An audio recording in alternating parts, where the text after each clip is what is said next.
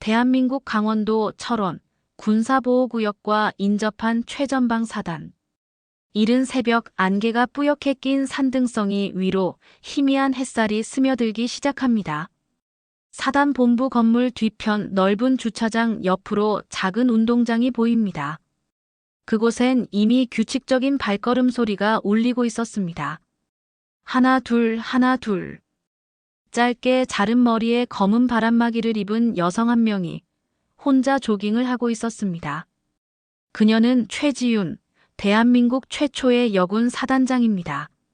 올해로 55 육군사관학교를 수석으로 졸업하고 전방 전투 부대만 3번 이상 경험한 전설 같은 인물입니다. 하지만 그녀를 직접 아는 사람들조차 그녀의 사생활에 대해선 잘 알지 못합니다. 늘 혼자 걷고 혼자 뛰고 혼자 밥을 먹는 조용한 성격이었습니다. 누군가는 그녀를 얼음 장군이라 부르기도 했습니다. 그녀에겐 그녀만의 규칙이 있습니다. 매일 아침 5시 15분 조깅으로 하루를 시작하고 5시 45분 간단히 샤워 후 군용 티셔츠와 바지를 갈아입은 뒤 6시에 책상 앞에 앉아 전날 야간 보고서를 정독합니다. 그녀의 책상 위엔 낡은 액자 하나가 놓여 있습니다. 한 남자아이와 젊은 시절의 지윤이 함께 웃고 있는 사진. 그날도 일과는 빠짐없이 이어졌습니다. 작전지역 오중대 현장 점검, 오전 9시. 중앙군단 브리핑 통화, 오전 11시. 대대장 회의 주관, 오후 2시. 저녁은 자유시간. 조교가 건넨 일정표를 훑어보던 그녀는 조용히 고개를 끄덕였습니다. 오늘 저녁엔 그 친구들이랑 밥 좀 먹어야겠군. 그 친구들. 그녀가 유일하게 마음을 놓는 존재들. 훈련소 때부터 지켜본 여군 부사관들. 누구보다 적극적으로 훈련에 임하고 남자 군인들보다 더 많은 눈치를 보며 결국 살아남은 자신의 과거를 닮은 아이들. 그녀는 식당을 정하지 않았습니다. 사단장임에도 불구하고 늘 평범한 병사들과 같은 식당을 찾았습니다. 관사에 준비된 만찬도 전용 요리사도 거절한 지 오래였죠. 소탈하시다는 말에 대꾸하지 않았습니다. 그저 나는 아직도 현역 군인이다라는 태도로 일관했을 뿐입니다. 그날 오후 지윤은 손수 자신의 지프 차량을 운전해 부대에서 멀지 않은 읍내의 허름한 식당으로 향했습니다. 작은 간판이 겨우 붙은 백반집. 사람들이 지나다니며 창문으로 슬쩍 한번 들여다볼 뿐 그저 동네 맛집이자 사단장 같은 사람이 올 거라곤 상상도 하지 못할 허름한 식당이었습니다. 지윤은 식당 문을 열며 미소를 지었습니다. 오랜만이야, 박상사 김하사. 밥은 좀 먹고 다니나? 그녀의 목소리는 따뜻했지만 단호했고 재빨리 일어섰던 부사관들은 웃으며 다시 자리에 앉았습니다. 늦은 밤, 식당 안은 화기애애했습니다. 구수한 된장찌개 냄새, 김치전 굽는 소리, 그리고 사람들의 웃음소리가 소소하게 퍼지는 곳. 지윤은 조용히 수저를 들며 말했습니다. 이 시간만큼은 계급 생각하지 말고 편하게 먹자. 알겠지? 그녀가 군복을 벗고 사단장의 권위를 내려놓는 유일한 시간이었습니다. 그녀의 말투는 언제나 담백하고 단정했습니다. 군대에선 카리스마 넘치고 엄격하지만 사복을 입은 사적인 자리에서는 이웃 아주머니처럼 푸근한 면모도 있었죠. 늦은 밤, 이 작은 식당은 손님들로 유난히 붐볐습니다. 일과를 마친 동네 직장인들, 퇴근 후 한 잔 걸치려는 손님들로 북적이고 있었죠. 함께 나온 박 상사와 김하사는 쭈뼛거리며 말을 했습니다. 사단장님, 여긴 좀 시끌벅적하지 않으세요? 그래서 좋아. 이런 데가 사람 냄새 나잖아. 된장찌개 하나, 제육볶음 2, 소주 1병. 아주 소박한 저녁이 시작됐습니다. 식사 도중 김하사가 조심스레 말을 꺼냈습니다. 사실 오늘 작전지 교육 때 선임들한테 좀 무리하게 지시한 것 같아서 마음에 걸렸어요. 최지우는 말없이 그녀를 바라보다 젓가락을 내려놓고 말했습니다. 잘했는지 못했는지는 내가 판단해. 중요한 건 그걸 고민하는 너의 태도야. 그걸로 충분해. 짧은 격려였지만 김하사는 눈가가 붉어졌습니다. 군 생활 속에서 괜찮다는 말 한마디가 얼마나 큰 위로가 되는지 그녀는 누구보다 잘 알고 있었습니다. 그렇게 따뜻한 분위기 속에서 세 사람은 건배하며 소주 한 잔씩 나눴습니다. 바로 그때였습니다. 철컥. 식당 문이 거칠게 열렸습니다. 왜 이렇게 인간들이 많아? 자리 좀 만들어봐. 사방을 휘젓는 듯한 목소리와 함께 넓은 어깨, 검은 셔츠, 시꺼먼 문신을 드러낸 남자 4명이 식당 안으로 들어왔습니다. 그들의 시선은 사방을 쓱 훑으며 마치 사냥감을 찾는 듯한 낯선 공기를 퍼뜨렸습니다. 그들은 지역에서 악명 높은 조폭 5성파의 행동대장이었습니다. 가장 앞에 선 남자, 방차돌, 40을 갓 넘긴 듯한 연배의 남자는 술에 취해 있었지만 그 눈빛은 짐승처럼 번뜩였습니다. 식당 안은 잠시 정적에 빠졌습니다. 단골 손님 몇몇이 슬며시 고개를 돌렸고 주인 아주머니는 당황한 표정으로 물수건을 다시 접었습니다. 식당 안을 둘러보던 방차돌의 시선이 구석으로 향했습니다. 최지윤 일행의 테이블. 그는 천천히 고개를 갸웃거리며 다가오기 시작했습니다. 여군들인가? 요즘 군인들은 이쁘게도 생겼네. 박상사와 김하사는 움찔하며 수저를 놓았습니다. 하지만 최지윤은 묵묵히 고개만 든 채 아무런 말도 하지 않았습니다. 표정 하나 변하지 않았고 손은 천천히 물컵을 들었습니다. 여기 우리도 좀 껴앉자. 요즘 젊은 여군이랑 밥 한 번 먹기도 힘들다더니. 그 말과 함께 방차돌은 아무렇지 않게 최지윤의 맞은편 의자에 엉덩이를 붙였습니다. 그 뒤로 따르던 부하셋도 웃으며 옆자리에 걸터 앉았습니다. 술 냄새와 싸구려 향수 냄새가 뒤섞인 공기가 코끝을 찔렀습니다. 지우는 그저 조용히 시선을 내리깔고 있었습니다. 그러나 그녀의 등은 단단히 곧게 펴져 있었고 손가락은 컵을 쥔 채 미세하게 떨리고 있었습니다. 어이, 근데 이 아줌마 어디서 많이 본 것 같지 않냐? 어디 텔레비전에 나왔던가? 아이, 설마 아줌마 군인이 텔레비전에 왜 나와? 그냥 중대장쯤 되겠지. 그것도 민원용 간판 정도. 그들은 깔깔 웃었습니다. 방차돌은 잔을 들이키고는 느닷없이 지윤의 무릎을 툭 치며 말했습니다.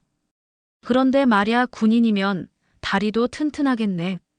쓸개 빠진 손이 무례하게 그녀의 허벅지를 건드리는 순간 박상사의 젓가락이 쨍 소리를 내며 떨어졌고 김하사의 눈동자가 떨렸습니다.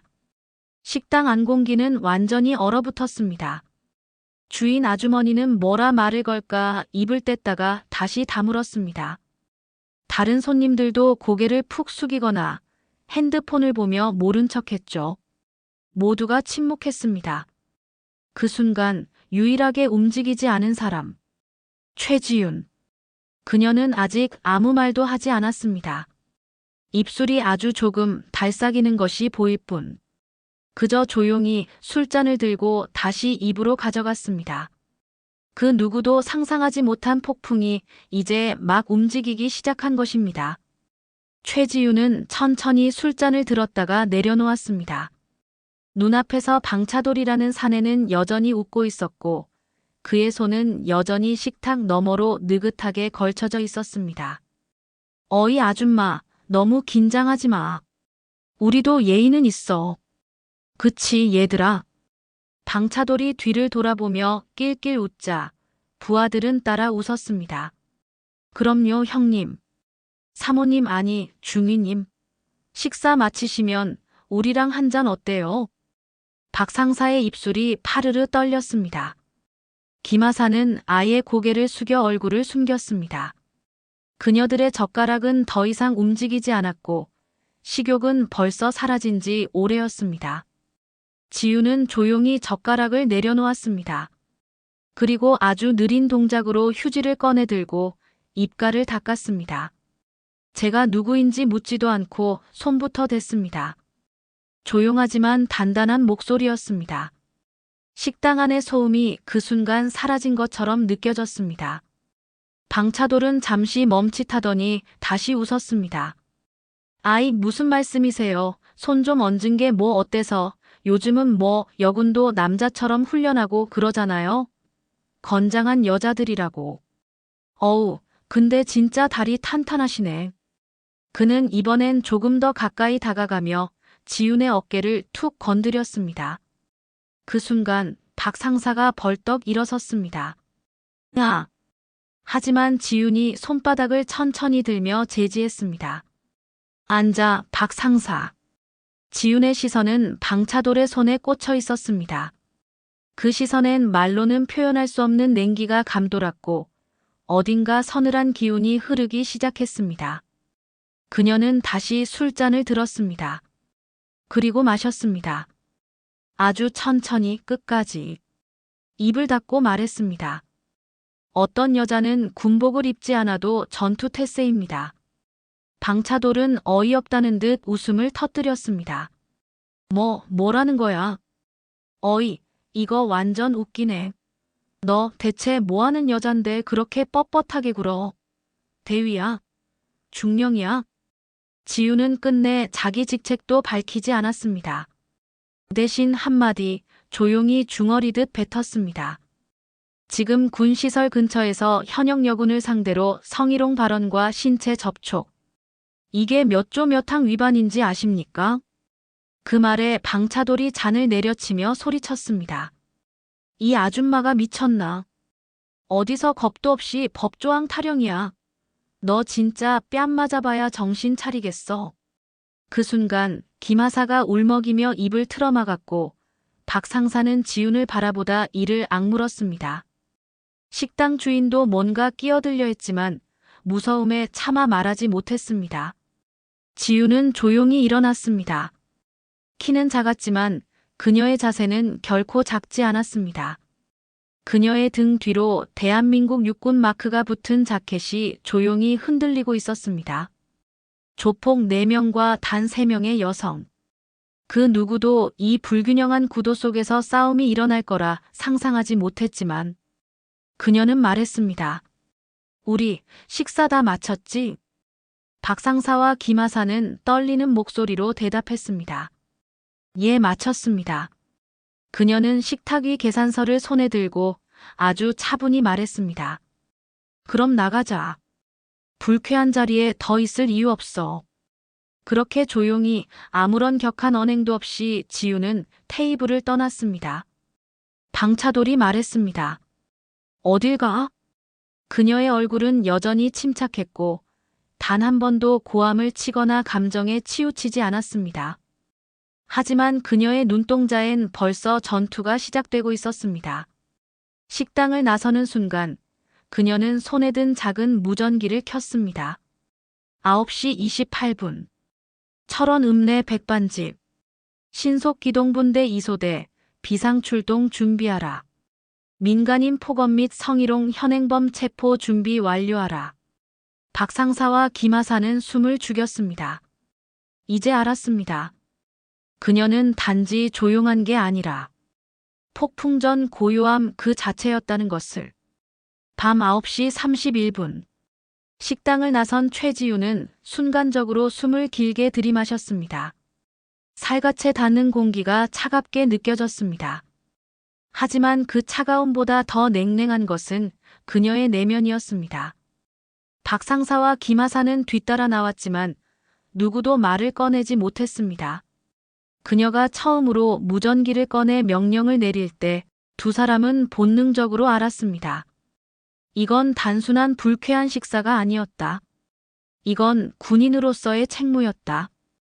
그리고 동시에 대한민국 최정예 지휘관이 분노했을 때 어떤 일이 벌어지는지를 곧 보게 될 거라는 예감이 서늘한 기류처럼 등을 타고 올라왔습니다. 지우는 군부대 근처 주차장으로 향했습니다. 그녀의 손엔 아직 식당 계산서가 들려 있었고 주차된 사단장 전용 지프 차량이 그녀를 기다리고 있었습니다. 차문을 열며 조용히 말했습니다. 박 상사, 김하사. 너희 둘은 바로 부대로 복귀해. 이건 더 이상 너희 업무가 아니다. 하지만 사단장님. 명령이다. 단호한 어조에 두 사람은 더 이상 말하지 못했습니다.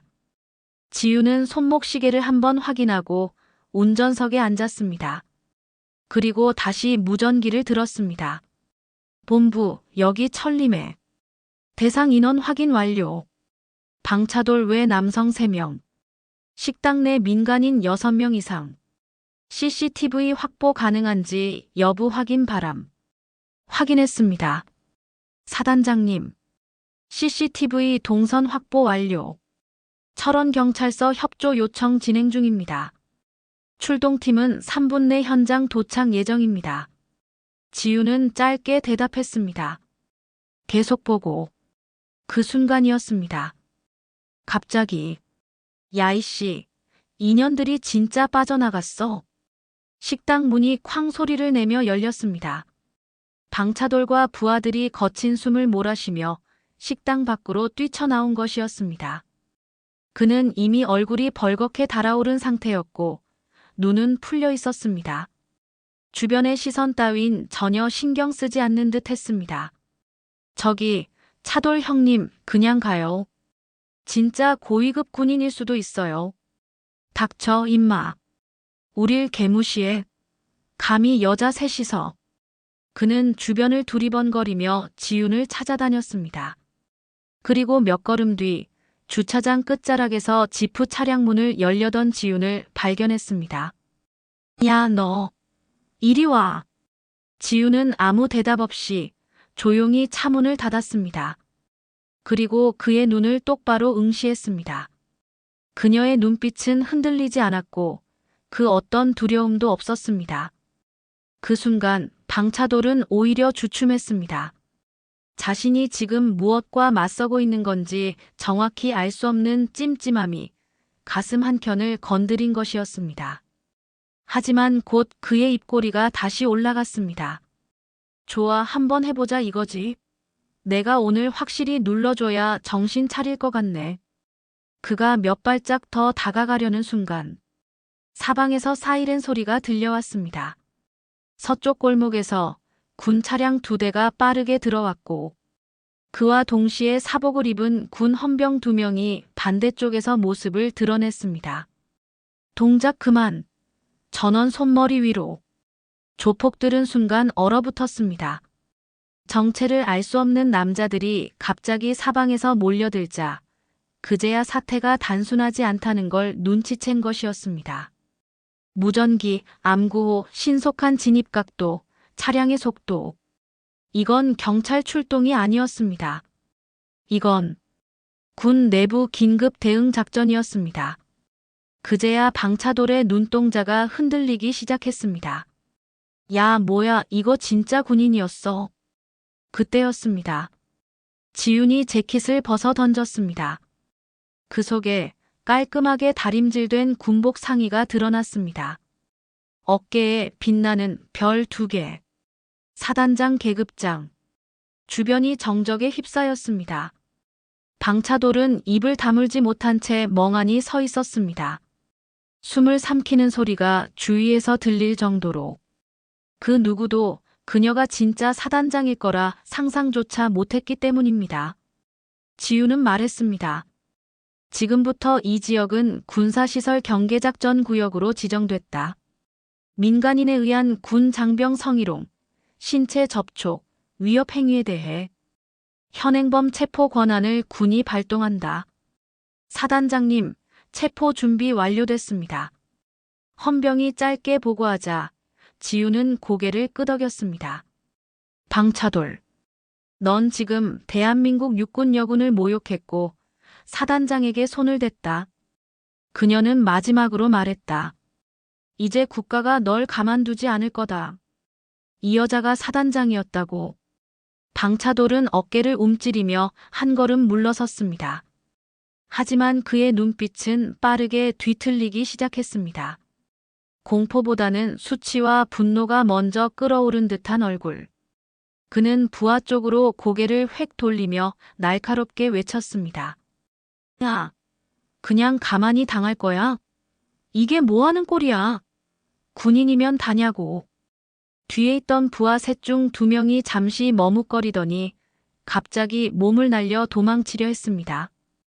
하지만 이미 대기 중이던 헌병들이 재빠르게 다가가 이들을 제압했습니다. 움직이지 마. 무릎 꿇어.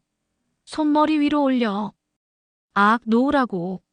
이게 무슨, 군용 케이블 타이로 손이 묶이는 순간 비명을 지른 조폭 한 명의 얼굴이 순식간에 창백해졌습니다. 현장은 순식간에 혼돈으로 빠져들었습니다. 하지만 방차돌만은 달랐습니다. 그는 이미 정신줄을 놓아버린 듯 입꼬리를 일그러뜨린 채 천천히 허리춤에서 무언가를 꺼냈습니다. 그건 무딘 금속이 붙은 주머니 칼. 그가 그것을 휘두르며 앞으로 돌진한 건 불과 3초도 채 걸리지 않았습니다. 죽여버릴 거야, 이년아. 그 비명과 함께 그는 지훈을 향해 칼을 치켜들었습니다. 그 순간 주변의 헌병들도 박상사도 김하사도 모두 숨을 멈췄습니다. 너무 가까웠습니다. 지훈과 방차돌의 거리, 불과 2미터. 하지만 그 찰나 지훈의 왼발이 정확하게 45도 각도로 회전했고 오른손은 허리춤에서 꺼낸 고무봉을 무릎 아래로 정확하게 휘둘렀습니다. 방차돌은 비명을 지르며 무릎을 꿇었습니다. 칼은 바닥에 떨어졌고 곧이어 지훈의 발끝이 그의 턱 밑을 정통으로 가격했습니다. 퍽! 조용한 밤 공기 속 그 소리는 마치 큰 북을 친 듯 울렸습니다. 방차돌의 몸이 한 바퀴 돌더니 그대로 바닥에 나가 떨어졌습니다. 대상 무장 해제 완료. 위험물 없음. 구속 시작하겠습니다. 헌병 2명이 신속히 다가가 방차돌의 손을 뒤로 꺾었습니다. 그는 흐느끼듯 헛웃음을 지으며 중얼거렸습니다. 진짜였네, 사단장. 그의 얼굴은 피범벅이 아니었지만 완전히 무너져 있었습니다. 자신이 건드린 상대가 누군지 이제야 실감한 듯 했습니다. 박상사와 김하사는 아예 숨을 죽인 채 멍하니 지켜보다가 마침내 고개를 들고 말했습니다. 사단장님 괜찮으세요? 지훈은 손등에 묻은 먼지를 천천히 털어냈습니다. 그리고 조용히 무전기로 말했습니다. 사건 종료. 관련 영상, 녹취 파일 전송 준비. 철원경찰서와 협의 요청. 민간인 위협 및 무장 반항 관련 법적 대응 절차 착수. 네, 사단장님. 전파하겠습니다. 모든 것이 끝났습니다. 어쩌면 몇 초 전까지만 해도 누군가는 이 일이 그저 식당에서의 시비 정도로 생각했을 겁니다. 하지만 지금 이 순간 이 광경을 본 모든 사람은 알게 되었습니다. 절대 최지훈을 건드려선 안 된다는 것을. 그녀는 단지 여군 사단장이 아니었습니다. 그녀는 대한민국 군인의 자존심이었습니다. 그날 밤 철원 인근의 작은 식당은 다음날 지역 뉴스에 대서특필되었습니다. 대한민국 최초 여성 사단장, 식당 내 조폭 위협에 대항하여 현장 제압. 국방부는 관련 민간인 사건에 대하여 강력 대응할 방침. 그리고 그 보도 끝에는 짧은 자막이 붙었습니다. 지휘관은 명예로 말하지 않는다. 행동으로 증명할 뿐이다. 철원 읍내의 한적한 골목, 작은 식당 앞은 여전히 출입 통제선이 둘러쳐져 있었습니다. 사건은 끝났지만 그 여운은 식지 않았습니다. 현장을 정리하던 헌병대 소속 중사 하나가 최지훈 쪽을 흘끔 바라보며 말했습니다. 진짜 저분이 사단장님이세요? 저도 오늘 처음 봤습니다. 직접 이렇게 현장에 나오시는 경우 거의 없는데. 현장을 지나가던 일반 시민 몇몇도 조용히 휴대폰을 들어 지훈을 찍으려다 그녀의 눈빛 한 번에 차마 버튼을 누르지 못하고 고개를 숙였습니다. 그녀는 주변을 둘러보지도 말도 많이 하지 않았습니다.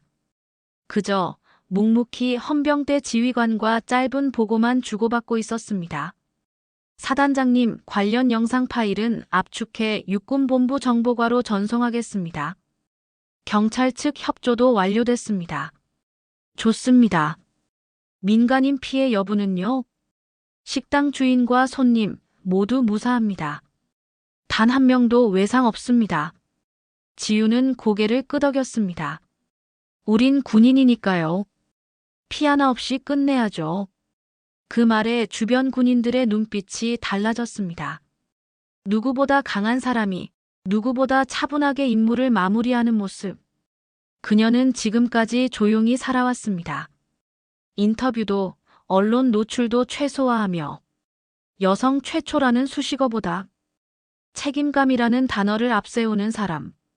현장에 있던 박 상사는 아직도 충격에서 벗어나지 못한 얼굴이었습니다. 하지만 그녀는 조심스럽게 그리고 진심을 다해 입을 열었습니다. 사단장님, 정말 죄송합니다. 저희가 식당에서 바로 조치했어야 했는데 저 솔직히 너무 무서웠습니다. 지우는 가만히 그녀를 바라보다가 말했습니다. 겁나는 게 당연하지. 용기라는 건 겁이 나지 않는 게 아니라 겁이 나지만 해야 할 일을 하는 거야. 박 상사는 고개를 끄덕이며 입술을 꼭 다물었습니다. 그녀의 눈빛은 말하고 있었습니다. 앞으로 나는 이 사람을 따를 거야. 이 사람 밑에서라면 나는 진짜 군인이 될 수 있어. 뒤에서 조용히 보고 있던 김하사 역시 두 손을 가지런히 모으고 허리를 90도 꺾어 인사했습니다. 죄송합니다. 그리고 감사합니다. 지우는 대답하지 않았습니다. 그저 고개만 가볍게 끄덕였습니다. 그녀는 사람을 다그치지 않았고 감정적으로 질책하지 않았습니다. 그녀가 가진 권위는 목소리에서가 아니라 그 행동과 신념에서 나오는 것이었습니다. 현장에 도착한 철원 경찰서장조차 지훈에게 악수를 청하며 다소 긴장한 듯한 목소리로 말했습니다. 사단장님, 사건 처리 과정 정말 놀랍습니다. 민간 경찰로선 이렇게 침착하고 정확한 대응을 본 게 처음입니다. 지훈은 웃지 않았습니다. 하지만 말했습니다.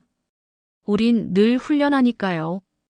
실전을 가정한 시뮬레이션이 결국 현실을 이기죠. 그 말에 경찰서장은 잠시 고개를 숙이며 웃었습니다. 그렇게 철원 읍내 사건은 비상대응 사례 교본으로 육군 내부에 기록되었고 지훈의 이름은 단 하루 만에 전국 뉴스에 오르기 시작했습니다. 다음 날 군 지휘통제실 내부 참모장과 정보참모, 작전장교, 통신장교 등 주요 간부들이 모인 가운데 최지훈은 평소처럼 간결한 말투로 회의를 주재했습니다. 이 사건이 언론에 확산된 건 우발적입니다. 하지만 지금부터의 대응은 계산된 전략이어야 합니다. 우리가 지켜야 할 건 자존심이 아니라 원칙입니다. 참모장인 대령 이강훈이 고개를 숙였습니다. 사단장님, 여쭙겠습니다. 이 사안을 군 차원에서 언론 대응팀과 조율할 필요가 있지 않을까요? 너무 빨리 퍼졌습니다. 지우는 말없이 그를 바라봤습니다. 그 눈빛엔 단호함과 냉정함이 동시에 서려 있었습니다. 우리는 보여주지 말았어야 할 걸 보여준 게 아닙니다. 군인의 대응이 적법했고 침착했고 국민 보호의 의무를 다했습니다. 순간 회의실 안의 공기가 달라졌습니다. 이강훈 대령은 작게 한숨을 쉬며 고개를 끄덕였습니다. 알겠습니다. 제가 육군본부와 직접 조율하겠습니다. 그날 오후 육군본부 대변인실에선 공식 발표가 있었습니다. 해당 사건은 최지훈 사단장의 판단과 명령에 따라 이루어진 정당한 군대 내 즉시 대응으로 군 수뇌부는 현장의 정확한 판단력과 통제력을 높이 평가하고 있음. 그녀는 그렇게 우러러보는 시선의 중심에 섰습니다. 하지만 동시에 들이우는 그림자도 깊어지고 있었습니다. 이튿날 아침 정보 참모가 서류를 들고 그녀의 집무실로 들어왔습니다. 사단장님, 어젯밤부터 수상한 움직임이 있습니다. 무슨 말이죠? 정보 참모는 낮은 목소리로 말했습니다. 조폭 방차돌 쪽 인맥이 꽤 넓습니다. 검찰 쪽에도 지인을 두고 있고 특히 모 국회의원과의 골프 회동 사진도 확보됐습니다. 지금 벌써 군이 민간인을 과잉 진압했다는 프레임이 일부 커뮤니티에 떠돌고 있습니다. 지우는 서류를 넘기며 말했습니다. 기다렸어요. 이런 반응. 예. 이런 류의 사람들은 언제나 약한 척을 하니까요. 군인의 손에 제압당했지만 이제부터는 여론이라는 칼을 들고 나설 겁니다. 그녀는 책상 위에 조용히 손을 얹었습니다. 괜찮아요. 나는 아직 아무것도 보여준 게 없어요. 그녀의 목소리는 낮고 침착했지만 그 말 속엔 철갑처럼 단단한 전의가 스며 있었습니다. 그날 저녁, 군 간부 커뮤니티에선 익명의 글 하나가 화제가 되었습니다. 20년 군 생활 동안 이렇게 통쾌하고 정확한 판단은 처음 봅니다. 그녀는 단순히 최초의 여자 사단장이 아닙니다. 이제 우리가 닮고 싶은 장군입니다. 그리고 철원부대전 장병들의 단체 메신저 방에는 지윤의 사진 한 장이 공유되기 시작했습니다. 조폭에게 발길질 날리던 바로 그 장면. 그리고 별 2개 아래 당당히 선 그녀의 뒷모습. 누군가 이렇게 캡션을 붙였습니다. 우리 사단장님, 진짜 간지나지 않냐? 웃음도 돌고 존경도 돌았습니다. 그리고 무엇보다 그녀의 존재는 이제 전우들에게 두려움 없는 방패이자 등 뒤를 맡길 수 있는 대장이 되었습니다. 하지만 멀리 서울의 모처에선 조용히 전화를 받는 국회의원이 있었습니다. 아니, 그 여자 사단장. 살짝 조져볼까? 위기는 사라지지 않았습니다.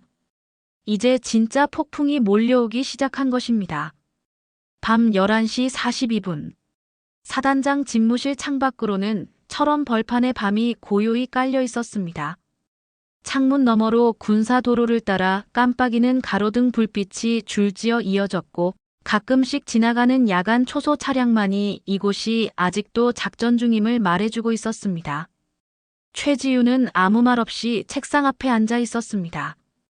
컴퓨터 모니터는 꺼져 있었고 어두운 조명 아래 놓인 서류 더미가 무겁게 눌려 있었습니다.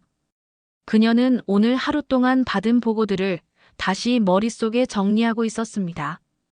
육군본부 보고, 언론 대응, 헌병대 조사 결과, 민간인 여론 흐름, 그리고 국회의원 실명 리스트. 그중 하나, 최봉환. 정보 참모가 조심스럽게 건넨 이름. 조폭 방차돌과 친분이 있으며 현재 국방위원회 상임위원 중 하나. 지우는 눈을 감았습니다. 그리고 천천히 심호흡을 했습니다. 이제 시작이구나. 그녀는 30년 군 생활 동안 수많은 전선을 지나왔습니다. 실탄 훈련 중 총기 오발 사고, 북측 무장 탈영병 침투, 부대 내부 부조리 청산 작전까지. 그런데 가장 피 말리는 전쟁은 적이 아니라 우리 안의 침묵과 싸우는 것이었습니다. 그녀는 손을 들어 군번줄을 가슴에 꺼내 쥐었습니다. 군번줄 너머엔 낡은 은장도 목걸이 하나가 달려 있었고 그건 생전에 아버지가 주고 간 유일한 유품이었습니다. 기억해라, 지윤아. 군인은 입으로 명예를 말하지 않아. 침묵으로 지키고 행동으로 증명하는 거야. 그 말이 귓가에 울렸습니다. 눈을 뜬 그녀는 천천히 자리에서 일어났습니다. 그 순간 책상 위에 놓인 보안 휴대폰이 울렸습니다. 사단장님. 민간 로펌 측에서 연락 왔습니다. 방차돌 측이 명예훼손 및 과잉 진압에 따른 손해배상 청구를 고려 중입니다. 그 뒤엔 정치적 외압이 깔려 있다는 판단입니다. 지우는 짧게 대답했습니다. 예상대로네요. 됐습니다. 그녀는 스탠드 불을 껐습니다. 그리고 잠시 창밖을 바라보았습니다. 적막한 군사도로 위로 별빛이 유난히 또렷했습니다. 그녀는 중얼거렸습니다. 그래, 결국 내 손으로 끝내야겠군. 그 말과 함께 사무실 서랍 안쪽 깊숙이 보관해둔 지휘 전용 USB를 꺼냈습니다. 그 안에는 사건 당일 현장 영상, 무전기 녹취, 대응 명령 로그, 그리고 무엇보다 방차돌과 국회의원 최봉환 사이에 공식적으론 존재하지 않는 골프 회동 동영상 파일이 들어 있었습니다. 정보 참모가 극비리에 확보해온 자료. 그것은 정의가 아닌 협박의 도구가 될 수도 있는 위험한 칼날이었습니다. 하지만 그녀는 망설이지 않았습니다. 그 파일을 육군본부 감사실 보안 서버로 직접 전송하는 버튼을 눌렀습니다. 내가 살아온 방식은 하나였다. 두려워도 맞서는 것. 보복을 감수하더라도 끝까지 지켜내는 것.